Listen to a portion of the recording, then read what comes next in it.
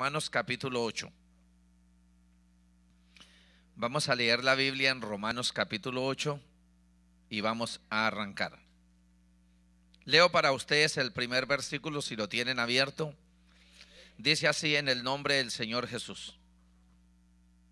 Ahora pues, ninguna condenación hay para los que están en Cristo Jesús, los que no andan conforme a la carne, sino conforme al Espíritu.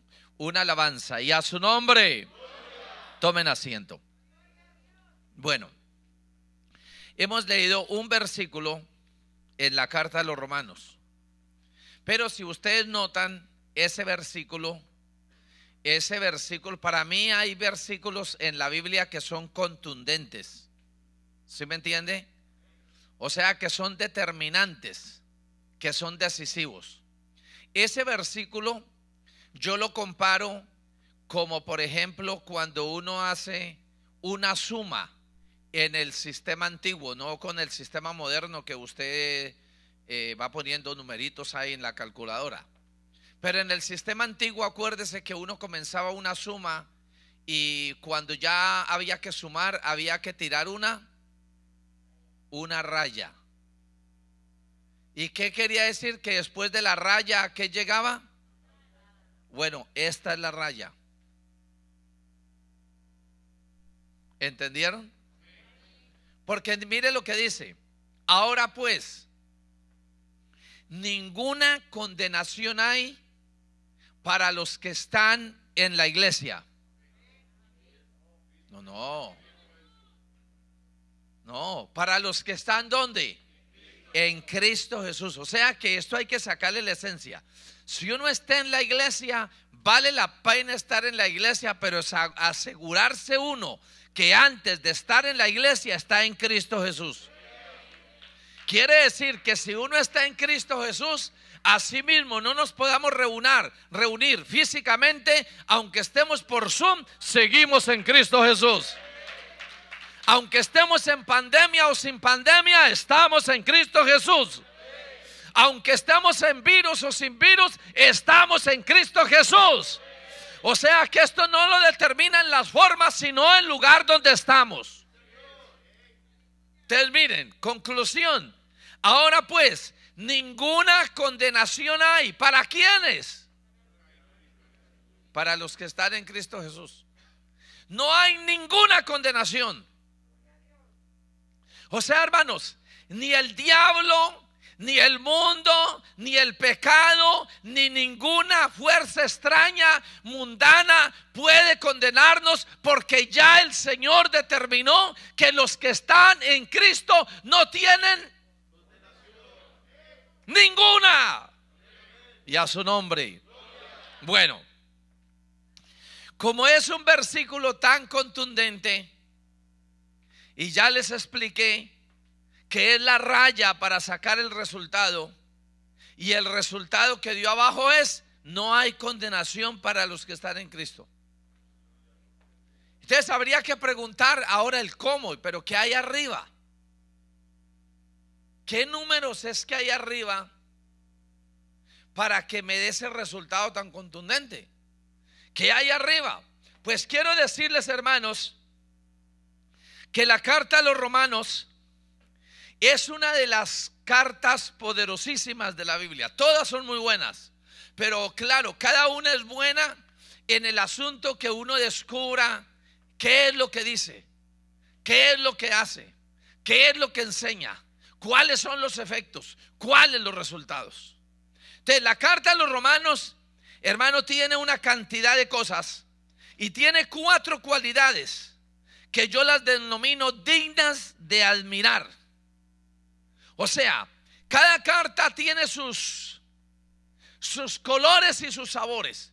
Si uno no le descubre el secreto, pues uno no le ve ni el color ni el sabor. Pero como a esta me gusta estudiarla, pues le he descubierto unas cosas. Tiene 4 calidades. Primero, que el escritor Pablo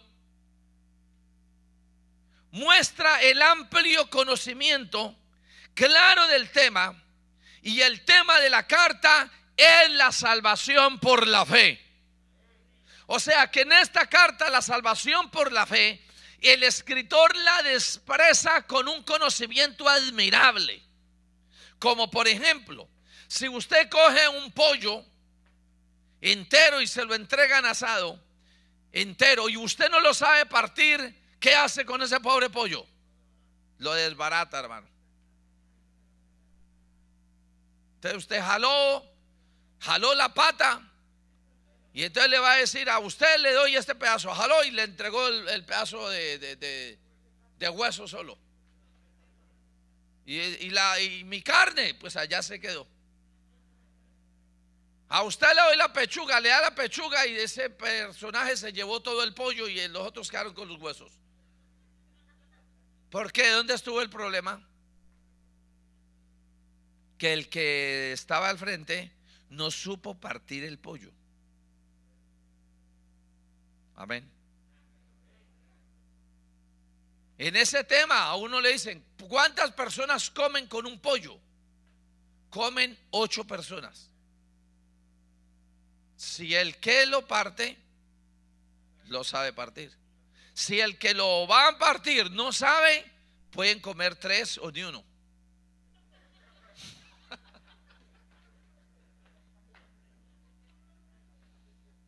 ¿Sí entiende?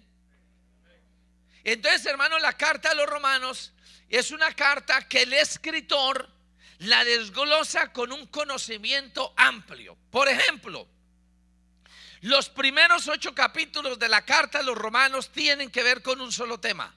Todo el tema de la salvación por fe, pero los 8 primeros capítulos tienen que ver la salvación. Si usted mira el capítulo 9, el capítulo 10 y el capítulo 11, tiene que ver con Israel. Y si usted sigue el capítulo 12, 9, 10 y 11, Israel, y el 12 vuelve y retoma el tema. Así que, hermanos, o sea que vuelve y cambia de tema. Pero entonces, los primeros 8, la salvación por la fe. Los otros 3 capítulos, 9, 10 y 11, es para Israel. Y del 12 para arriba, otra vez vuelve a la iglesia. Entonces, los primeros 8 capítulos, la salvación por la fe. 9, 10 y 11, la esperanza para Israel. Porque a eso se le habla, esos capítulos, dándoles a entender que Israel tiene una esperanza, que ellos tienen esperanza de salvación, que Dios se la dio a ellos. Pero los últimos capítulos, del 12 para arriba, son los resultados de los salvos por la fe.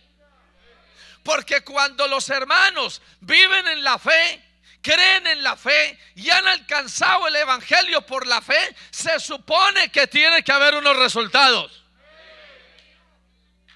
¿o no? Por eso los primeros 8 capítulos, cómo se alcanza todos los resultados de la salvación. ¿Cuál es la vía para llegar allá? ¿Cómo se alcanzan? Por la fe.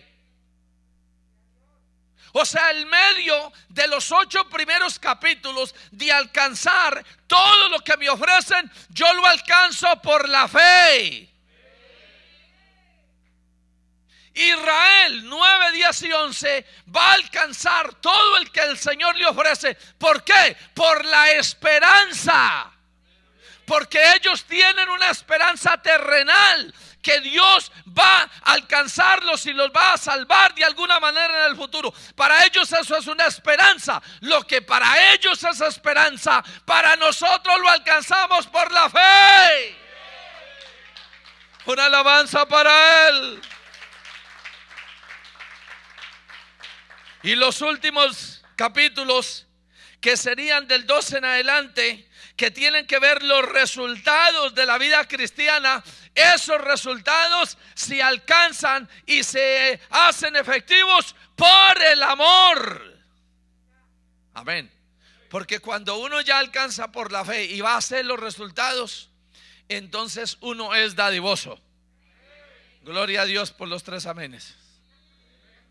Cuando uno alcanza todo lo espiritual por la fe, y el resultado es: ninguna condenación hay para los que están en Cristo. Ninguna condenación hay para los que están en Cristo. A los que están en Cristo el diablo no los puede condenar. El pecado no los condena. El mundo no los condena. La ley no los condena. El COVID no los condena. La pandemia no lo asusta. ¡Y a su nombre! Entonces, como uno ya alcanzó todo eso, uno todo lo que hace en la iglesia lo hace por amor. Por eso uno por amor ofrenda. Por amor uno no se cansa. Uno hace este trabajo y no se cansa. Yo me aterro a veces. Uno le da y le da y le da y predica, y uno predica y predica, y uno sí se cansa un poquito por la tarde, pero uno lo hace con tanto gusto. ¿Sabe por qué? Por amor. Para que se cumpla lo que dice Corintios. Porque acuérdese, la verdad es una unidad. La verdad es una unidad que va compactando. Y 1 Corintios capítulo 13, cuando habla del amor, y dice, y ahora termina diciendo, permanecen por este lado, permanecen la fe, la esperanza y el amor. Ese Corintios 1:13 concuerda exactamente con toda la carta de los romanos, porque la salvación se alcanza por la Israel será salvo por la. Y todo lo que hacemos en la iglesia, hasta alabar, ayudar, ayunar, ofrendar, alabar, todo lo hacemos porque ahora permanecen la y el amor, y a su nombre les alabanza. Gloria a Dios. Cristo es bueno. Amén.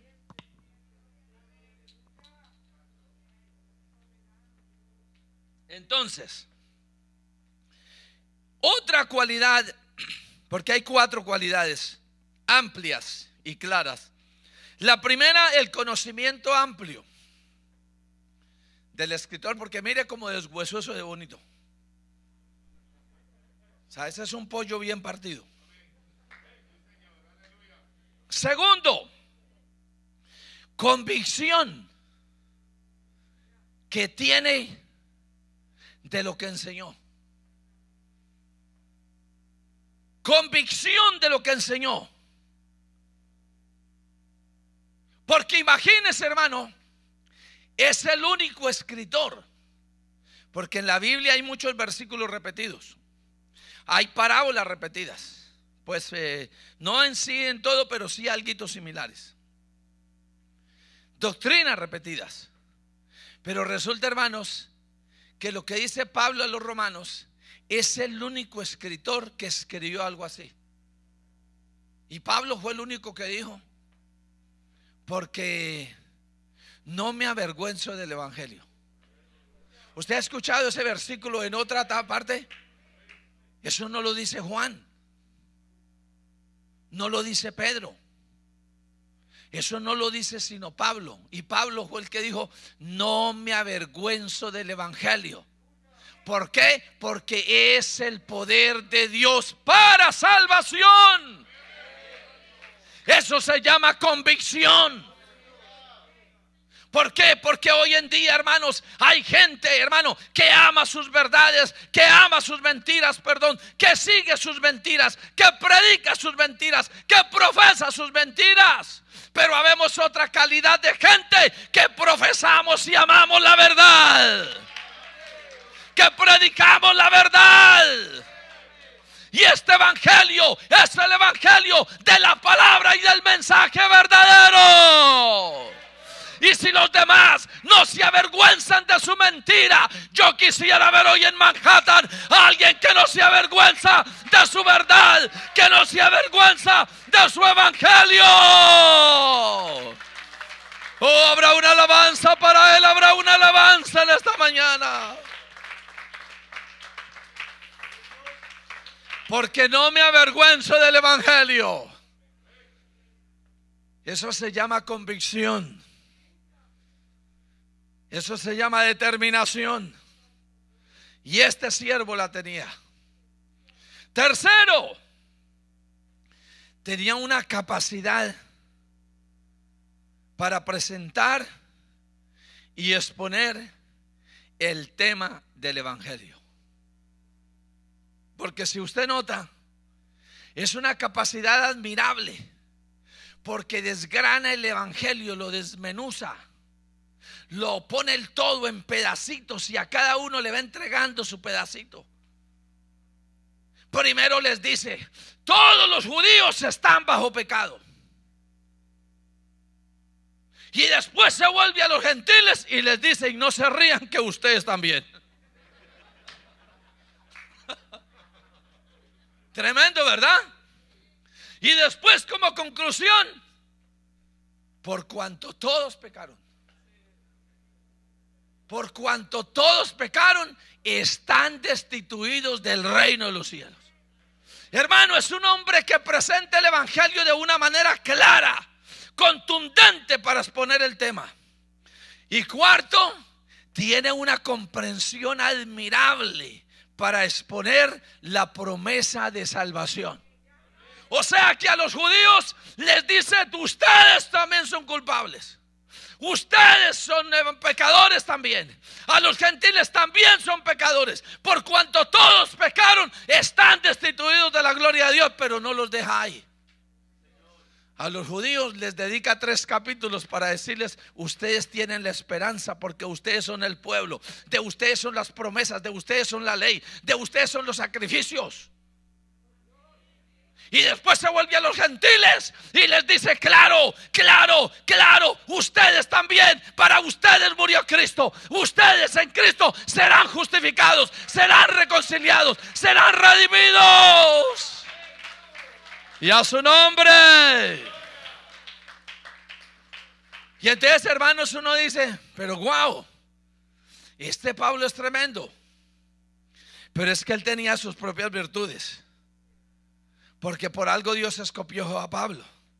Un hombre de nacimiento judío, un hombre que hablaba el idioma hebreo, un hombre de cultura griega, un hombre de ciudadanía romana y un hombre de modales romanos.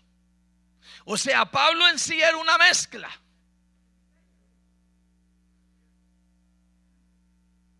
Pero Dios lo usó. Hermano, eso quiere decir que si Dios a Pablo con esa mezcla lo usó, a usted lo va a usar también. Usted puede decir: hermano, pero es que yo soy dominicano y no tengo ciudadanía. No importa que no tenga la ciudadanía americana, pero Pablo aquí le dice: tiene la celestial. Hermano, pero es que yo soy de esto, soy hispano y yo no speak English. Pues no se preocupe, que Dios también lo puede usar, porque aunque no habla inglés, usted habla en lenguas. Hermano, quiere decir eso, que si Dios usó a Pablo con todo eso, todo lo que usted tenga en las manos de Dios, Dios lo sabe usar. Y a su nombre. Es admirable que Pablo hace unas declaraciones, porque el evangelio son declaraciones. Y Pablo declara perdido al pecador. Porque imagínense que ese Pablo es tan tremendo que les dice: por cuanto todos pecaron, están destituidos de la gloria de Dios. Y eso es lo que hace el evangelio. El evangelio no le da esperanzas al pecador del cielo, porque sería engañarlo. El evangelio declara perdido al pecador. Pero el mismo evangelio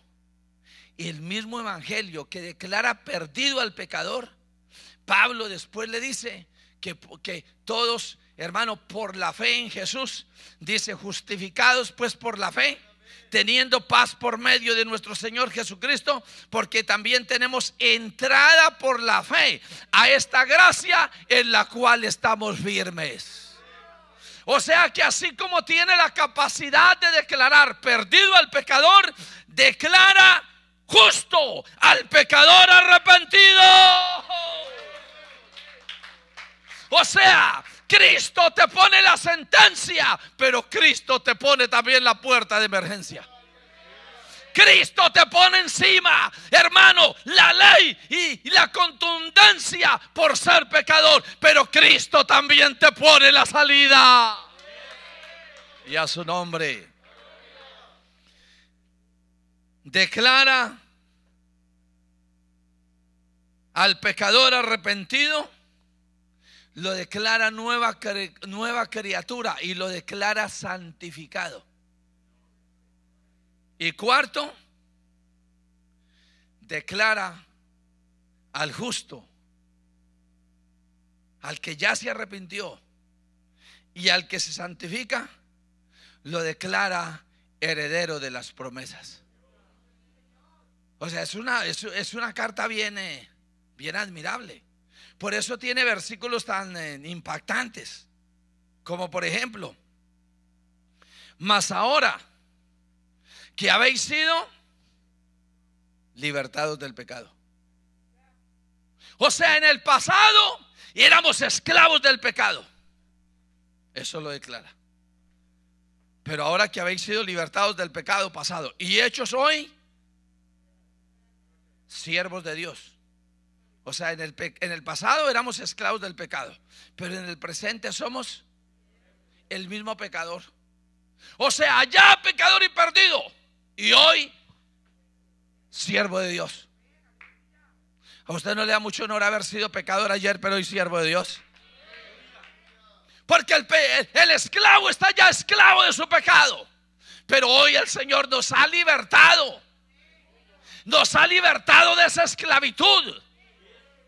Nos ha libertado de ese problema. Y hoy nos tiene en la iglesia. Y aquí en la iglesia no nos llama esclavos, nos llama siervos del Señor. Siervos del Señor. Allá en la esclavitud, el esclavo vivía subyugado bajo su pecado, pero hoy aquí el siervo tiene libertad. El siervo tiene privilegios. El siervo tiene honores. ¿Por qué? Porque aquí siendo siervos es diferente. Mire, imagínese usted aquí es siervo y como siervo tiene privilegios y usted puede escoger. Se sienta en la última silla o en la primera. En cambio el esclavo no puede escoger. Amén. El esclavo va donde el diablo y el vicio lo lleven. Pero el siervo escoge dónde se sienta. El siervo escoge a qué culto viene. El siervo escoge cuánto día ofrenda, el de 2 o el de peso, o el de 10 o el de 20. El siervo escoja si alaba y glorifica a Dios o no. Pero es una bendición ser siervos de Dios. Y note esa declaración. Mientras éramos pecadores decía, ninguna. Decía, todos están destituidos. ¿Por qué? Por cuanto todos pecaron. Son esclavos del pecado. Pero ese que tuvo esa misma capacidad de declararlo allá, ahora lo declara y nos dice, somos siervos de Dios.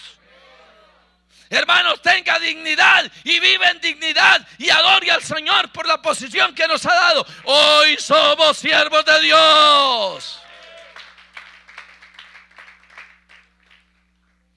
Y no solo eso, y hechos siervos de Dios, tenéis por vuestro fruto, ¿qué? La santificación. Y la santificación no es una imposición del pastor.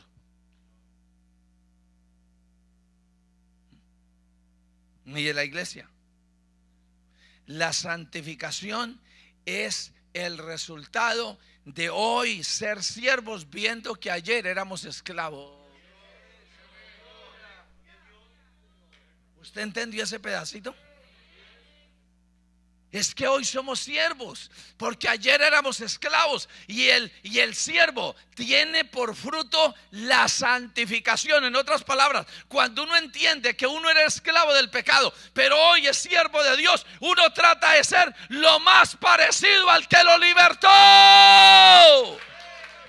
Hermano, porque al cristiano no lo liberta del pecado el pastor, lo liberta Jesucristo. Hermano, y Él tiene la capacidad de libertarnos. Y si hay alguien aquí todavía esclavo del pecado, en el nombre de Jesús, si hoy acepta este mensaje, lo declaro libre en el nombre de Jesús. ¿Cuántos lo creen que Él nos declaró libre? ¿Cuántos creen que Él puede libertar a alguien hoy? ¿Cuántos creen que Él todavía hace un milagro? Él todavía no ha hecho el último milagro. Él todavía hoy lo puede hacer. Si alguien lo cree, adórelo. Adórelo, mi hermano, que Él vive. Adórelo. ¿Y saben qué? Y miren, hermanos, Él mismo va declarando. Dice: mas ahora que habéis sido libertados, pasado, presente, hechos siervos de Dios. ¿Por qué uno se santifica? Porque somos siervos de Dios. Bueno, ¿usted cree que cuando el pastor le da un puesto, es el pastor? No, usted le está sirviendo a Dios. Somos siervos de Dios. Tenéis por vuestro fruto en la tierra la santificación. Y ahí termina todo. No. Tenés como fin, ¿qué? Tenés como fin oiga, en un solo versículo, oiga, qué capacidad de Pablo. En un solo versículo describe el pasado de la persona, esclavo del pecado, le muestra el presente, siervo de Dios, practicante de la santidad. Pero esto no termina aquí. Como fin, la vida eterna. Y hermano, lo mejor de la iglesia está por venir. Lo mejor del cristianismo está por venir. Los mejores tiempos de la iglesia vienen. Hermano, no se preocupe. Pase lo que pase con el virus, venga o no la vacuna, el futuro está asegurado. A ver, ¿cuántos aman la vida eterna? ¿Cuántos anhelan la vida eterna? ¿Cuántos esperan la vida eterna? ¿Cuántos están preparados para la vida eterna? Y a su nombre. Por eso usted nota, hermano, todos los que no tienen ni esta fe ni esperanza en la vida eterna, ¿qué están esperando? Están esperando que todo venga a la normalidad. Están esperando la milagrosa vacuna. Están esperando el nuevo orden mundial. Palabras tan bonitas, pero ni de nuevo ni de orden no tiene nada, porque eso deberían llamarlo el peor orden, el peor desorden mundial. Hermano, el verdadero orden es esto. Nosotros esperamos la vida eterna. Nosotros, hermano, yo no sé si usted lo estará entendiendo, pero yo me estoy preparando para la vida eterna. Yo estoy adorando, es para la vida eterna. Yo me consagro, es para la vida eterna. Yo vengo a la iglesia, es para la vida eterna. Adórele, mi hermano, adórele, adórele. Y a su nombre. Y a su nombre. Por eso Él declara al justo heredero de la promesa. ¿Y cuál es la promesa? La vida eterna. Entonces, hermanos, es una bendición que Pablo tiene esa capacidad para presentar el evangelio con todas estas elegancias. Entonces, hermanos, si usted nota el evangelio, toda esta carta que presenta el evangelio, mire lo que dice Pablo en el capítulo 1. Y dice: Pablo, siervo de Jesucristo, llamado a ser apóstol apartado ¿para qué? Hermano, y esto es donde hoy yo creo que el trabajo de los pastores hoy en día debe ser afirmar a la iglesia en las verdades cristianas. Hermano, nosotros somos apartados para el evangelio de Dios. Hermano, y así tenemos que creerlo, y eso era Pablo. Apartado para el evangelio de Dios. Este evangelio no es de la tierra, este evangelio es de Dios. Hermanos, ¿saben que es un privilegio ser evangélico? Amén. Porque, hermano, somos apartados para el evangelio de Dios. Y aquí la Biblia, hermanos, muestra esa oportunidad que Pablo entiende.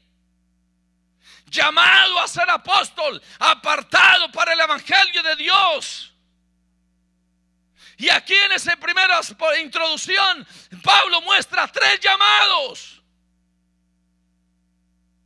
Y el primero es llamado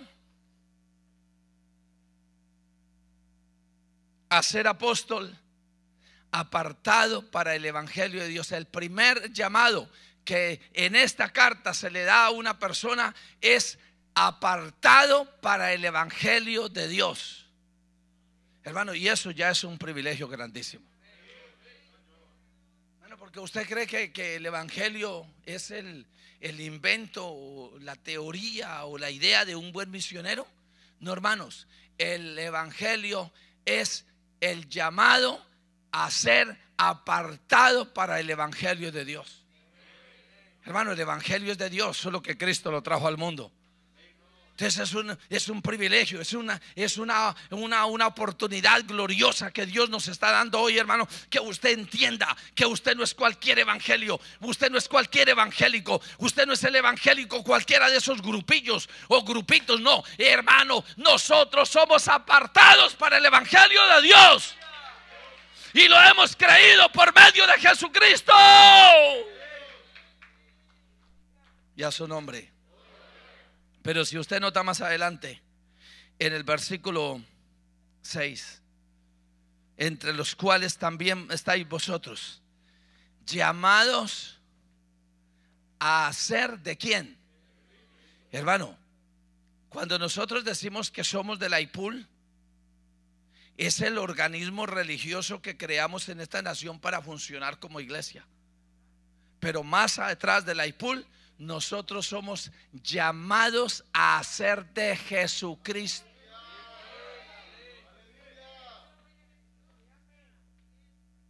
Y eso es un privilegio grande. Eso es una honra. Eso es un honor.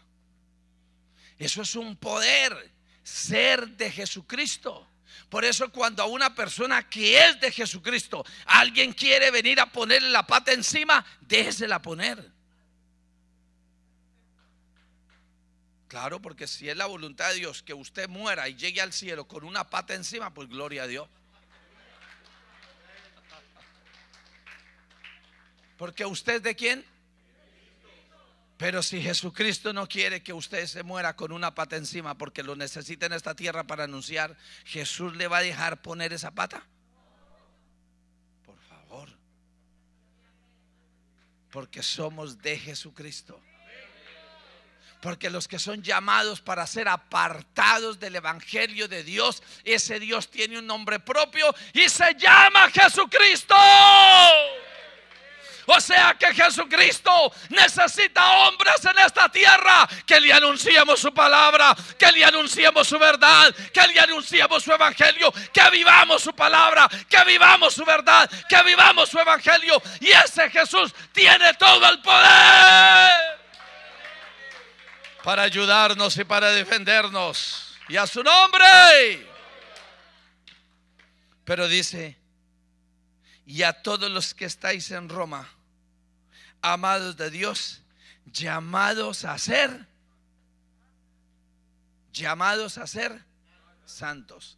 Ese glorioso evangelio de Jesucristo que alcanzamos por la fe nos da 3 llamados. llamados al Evangelio de Dios, llamados a ser de Jesucristo. Y ahora piense, si somos de Jesucristo, ¿cómo debemos ser? ¿Santos o solamente santos en el norte y pecadores en el sur? Y a su nombre. ¿Sí me entendieron ese pedacito? ¿Sí me entendieron? O santos en el sur y pecadores en el norte, o santos por delante y pecadores por atrás, o santos por dentro y pecadores por fuera. O al contrario, porque hay quienes aparentan santidad por fuera, pero por dentro, ay Señor, cuidado, se les pisa el callo. ¿Por qué? Pero no, de eso no hay en Manhattan, y si hay no vinieron hoy.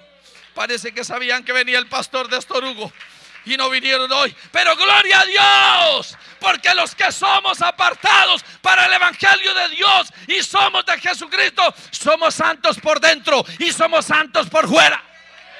Somos santos en el norte y somos santos en el sur.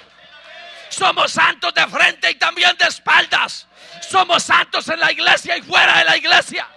Somos santos en pandemia, y cuando pase la pandemia seguiremos siendo santos.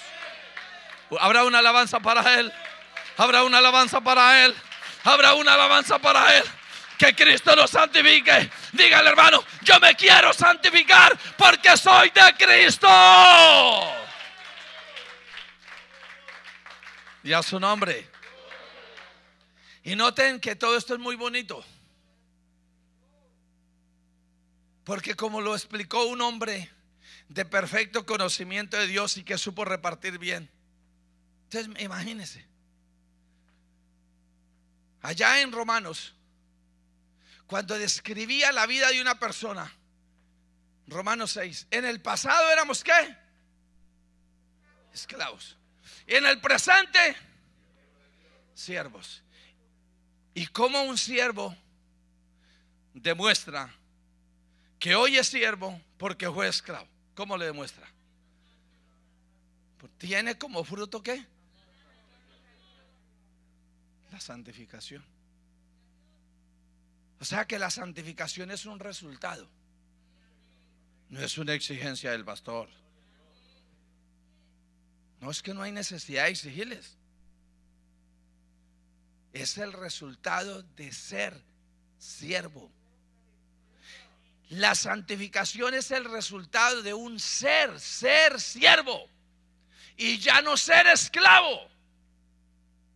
Es igual que le pasa a una mujer o a un hombre.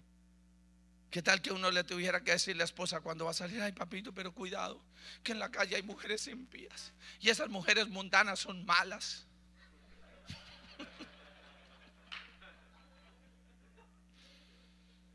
O uno tuviera que decirle a la mujer: mamita, pero cuidado, esos impíos son tan malos. Y esos impíos tiran piropos y le dicen que es bonita. Entonces, no señor, usted déjela que se vaya tranquila.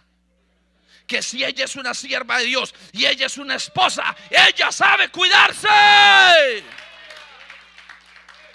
Eso sí, sea un esposo inteligente. Entonces, antes de que ella salga a la calle, usted dígale: uy, mamita linda, usted es la más hermosa del mundo. Váyase con confianza, mamita, que usted es lo más lindo del mundo. Claro, para que cuando un impío le diga afuera que ella es linda, por lo menos ella piensa: mi esposo ya me dijo lo mismo. ¡Oh, habrá una alabanza! ¿Habrá alguien que quiera darle honra y gloria al Señor? ¿Habrá alguien que quiera exaltar y decirle: Señor, yo voy a ser santo por lo que yo soy? Somos santos por lo que somos. Y a su nombre. Pero entonces eso es admirable, porque Pablo en el 6 capítulo describe el pasado, presente y futuro de la persona, y hoy en tiempo presente lo declara santo. Pero resulta que en los llamados le dice: el primer llamado es para que sea parte del Evangelio de Dios. El segundo llamado es para que se acuerde que si usted es miembro del Evangelio de Dios, usted es llamado para ser de Jesucristo. O sea, usted no tiene derecho a vestirse como quiera. si es de apartado para el evangelio de Dios y llamado a ser de Jesucristo, lo que Jesucristo produce en corazón, mente, alma y cuerpo, arriba, abajo, por dentro, por fuera, por delante, por atrás, por el lado, por el otro, por aquí.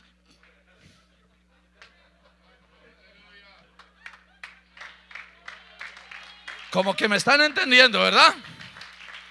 ¿Produce qué? Santidad. Entonces, por eso el tercer llamado es llamados a ser santos. Yo quisiera hablar ahora sí en serio. ¿Cuántos en esta mañana están determinados a vivir en santidad y a llamados a ser santos, a tener la santidad como fruto? La santidad es un fruto, no una exigencia. Entonces por eso les dibujé ahora. Qué terrible.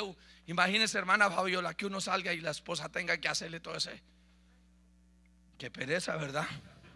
Oiga lo que ella dijo, qué pereza. Pero ¿por qué uno se guarda de las impías? Porque uno tiene una esposa que ama. Porque uno es un esposo. Porque uno es un padre. Porque uno es un cristiano. Hermano, nos guardamos en santidad porque somos del evangelio de Dios. Porque somos de Jesucristo. Y tenemos como resultado la salvación y tenemos una esperanza, la vida eterna. Por esto estos tiempos de pandemia ni de coronavirus no nos tienen que tener con miedo, nos tienen que tener con esperanza. Yo no espero la vacuna, yo espero que el cielo se abra. Si viene antes de que nos vamos, pues ahí miraremos si nos la ponemos o no. Pero la esperanza de los hijos de Dios es el arrebatamiento. Levántese alguien que esté listo. Y si alguien no está listo, vamos a darle una oportunidad. Vamos a darle una oportunidad de salvación, de consagración, de santidad. ¿Por qué? Porque Cristo viene. Levante sus manos y adórelo. Levante sus manos y dele gracias. Levante sus manos y dele honra. Levante sus manos y dele gloria. Levante sus manos y adore al Señor ahí donde está. Adórelo, adórelo, adórelo. Dígale: Señor, yo quiero tener ese fruto, que se vea en mi vida por dentro, por fuera, por todo lado, que yo soy un siervo. Y el siervo demuestra que es siervo con santidad, porque tiene como fruto la santificación. Y si en el presente tiene el fruto de la santificación, el futuro es la vida eterna. Adórale, mi hermano, adórale. Adórale, levanta esas manos y adórale. Dile algo a su Señor. Dile algo, dile algo.